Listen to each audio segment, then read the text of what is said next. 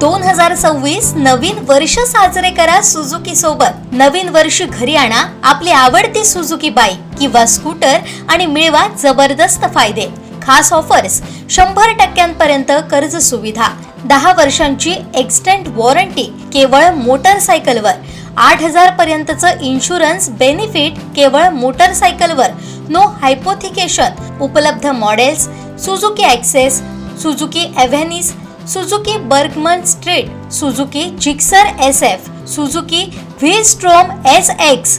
सिंधुदुर्गचे अधिकृत विक्रेते Shri Vinayak wheels private limited, Shri Vinayak Suzuki, plot number 92, MIDC, taluka Kudal.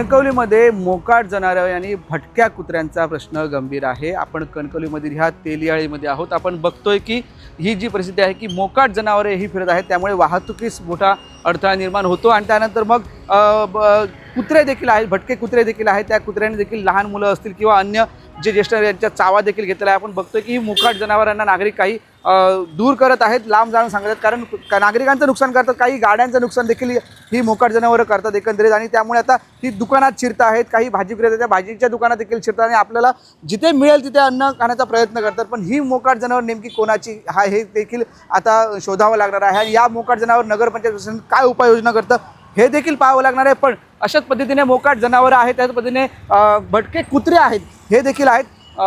काय सांगाल एकंदरीत मोकाट जनावरांचा प्रश्न आणि भटके कुत्रे हे देखील आता सध्याचा एक गंभीर प्रश्न आहे कणकवलीमध्ये। सध्या तरी नगरपंचायत आम्ही तक्रार दिलेली होती, तिकडे कोणी काल दखल घेतली नाही। पण तिकडे सारखे बसलेले असतात रस्त्यावर भर एकात कॉर्नरला, पण हाकवलं तरी क्षणात ते उठत नाही ढोरा। ते का तो म्हणजे नागरिकांमध्ये ह्याच त्रासदायकच आहे शेवटी। केव्हा कोणत्या अंगार जातं, कोणते नुकसान गाडी त्याची, पण एकाची गाडी पाडली नाही, पण आपण एकटो तरी दाखल घेऊ शकत नाही। नागरिकांनी कोणतरी दाखल घेऊन ह्या करू काय, नगरपंचायतने ह्या करून ठीक आहे। शेवटी नागरिकांनी एकत्र येऊन तक्रार करायला पाहिजे, दाखल करायला पाहिजे आणि त्यानंतर मग उपाययोजना करायला पाहिजे। पण नेमक्या या मोकाट जनावर नियंत्रण कसं ठेवायचं हे देखील नगरपंचायतीकडे प्रश्न उपस्थित आहे, कारण याचे जे नियोजन आहे ते देखील करावं लागेल। भटक्या कुत्र्यांचं नियोजन नगरपंचायतनं केलं आहे, एक निविदा देखील जाहीर झालेली आहे। त्यानंतर भटक्या कुत्र्यांवर लवकरात लवकर नियंत्रण होईल असे एक माहिती समजत आहे। पण लवकरात लवकर नागरिकांचे म्हणणं आहे की या सर्वांवर उपाययोजना आता नगरपंचायतने प्रशासनाने करण्याची गरज आहे। कॅमेरामॅन साहिल बागवेसह उमेश बुचोडे, कोकण लाईव्ह, कणकवली।